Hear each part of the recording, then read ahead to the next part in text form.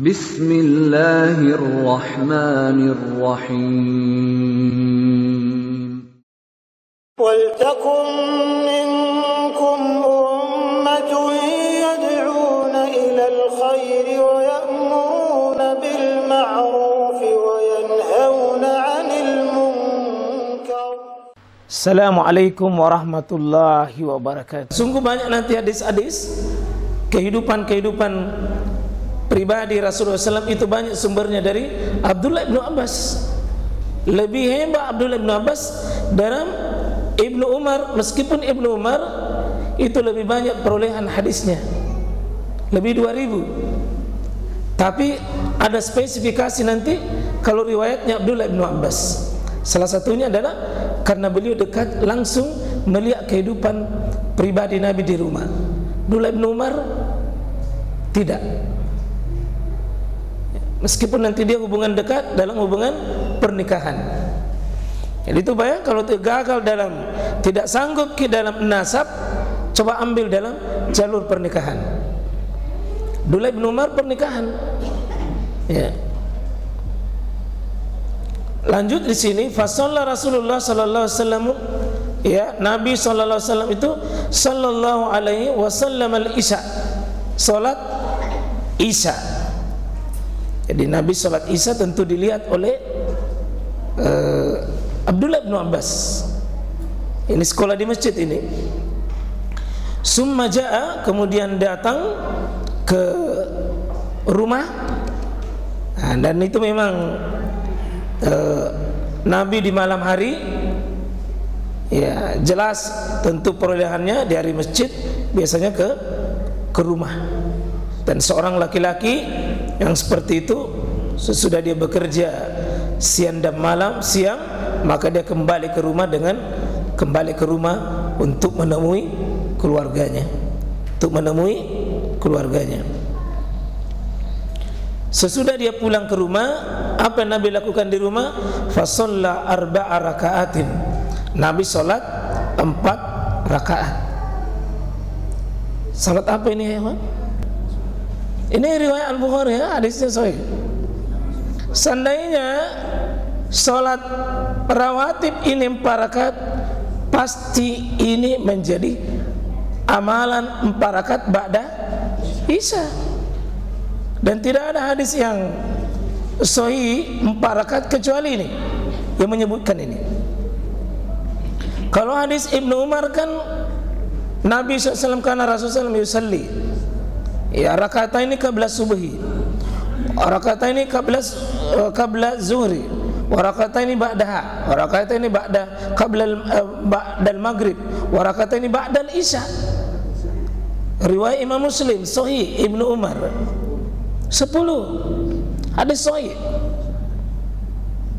Terus ada dalam Ummu Habibah, man shalla isna asyara, siapa yang sholat itu 12 rakaat, lailan wa nahara, siangnya dan malamnya 12. Kalau tadi Ibnu Umar berapa? 10. Kalau Ummu Habibah 12. Tapi Ummu Habibah tidak sebutkan, cuma disebutkan siapa pelihara 12 itu akan dibangunkan, ya, bunyalahu, dibangunkan baginya baitan fil jannah, rumah di surga 12. Tidak ada di tafsir di sini, tapi hadis yang lain, yakni Aisyah radhiyallahu anha, Aisyah itu menyebutkan yang mana 12, yakni arba'an qabla zuhri, 4 sebelum zuhur, wa rakatani ba'daha, 2 rakaat sesudahnya. Sudah berapa? Wa rakatani ba'dal maghrib, wa rakatani ba'dal isya. Sudah berapa? 10. Wa rakataini qabla subhi, dan 2 rakaat sebelum subuh. Kalau begitu mana? Jadi kalau ini tidak ada ulama yang bawa qabla isya itu Nabi lakukan ini menjadi salat rawatib. Tapi ini hadisnya kan Al-Bukhari. Jadi salat apa? Ya, Ulama pada umumnya membawa itu sholat sunnah mutlak. Tapi ada juga sebagian membawa itu adalah bagian daripada sholat malam. Ada juga membawa sholat nawafil, sholat sunnah biasa saja, 4 rakaat. Nah, ini nanti bagiannya pensyarah-pensyarah hadis atau pensyarah-pensyarah kitab. Nah, memang ada 8 hadis yang menjelaskan bahwa ada salat sunnahnya Nabi 4 rakaat ba'dal isya. Cuma sayangnya hadis itu adalah siapa melakukan salat isya 4 rakaat, ya seperti dia mendapatkan Lailatul Qadar. Itu 8 hadis dan banyaknya riwayat. Disinilah ulama kita berselisih, dan seandainya ini sahih ya ikhwah, seandainya sahih 4 rakaat itu adalah masyhur dan ini amalannya Rasulullah SAW terus menerus, pasti diamalkan oleh sahabat, diamalkan oleh tabi'in dan tabi'in, dan pasti masyhur di kalangan para ulama. Tapi tidak, kalau begitu kita insyaallah mengambil bukan rawatib ini, bukan rawatib.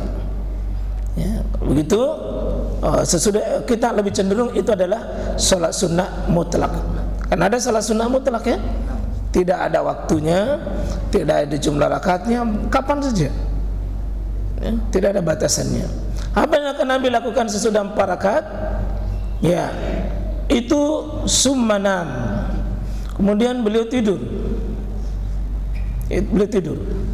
Jadi memang Nabi itu melarang tidak terlalu banyak aktivitas sesudah sholat isya, tidak banyak, karena yang fokus untuk melakukan banyak ya ibadah qiyamul lail. Nah, kemudian disinilah summa qama faji'tu faqumtu ala yasari. Kemudian beliau qama, maksudnya itu berdiri sholat malam. Beliau sholat malam. Jadi kita lihat bagaimana itu Abdullah bin Abbas ini mendapatkan informasi bagaimana ini keistimewaan sholat malam yang dipelihara Nabi SAW. Ya, dan bagaimana tadi kegemarannya Ibnu Abbas dalam mencari ilmu. Ini faedah yang bisa kita ambil. Ya. Nah, sekarang ini Nabi berdiri sholat malam. Kemudian faji'tu, saya datang.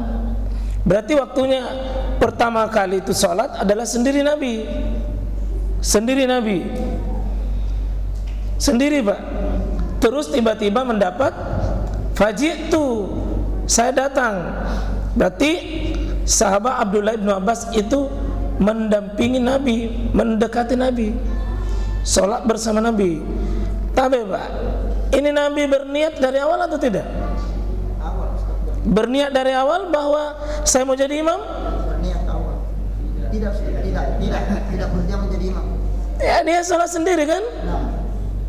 Berarti menjadi imam itu tidak mesti itu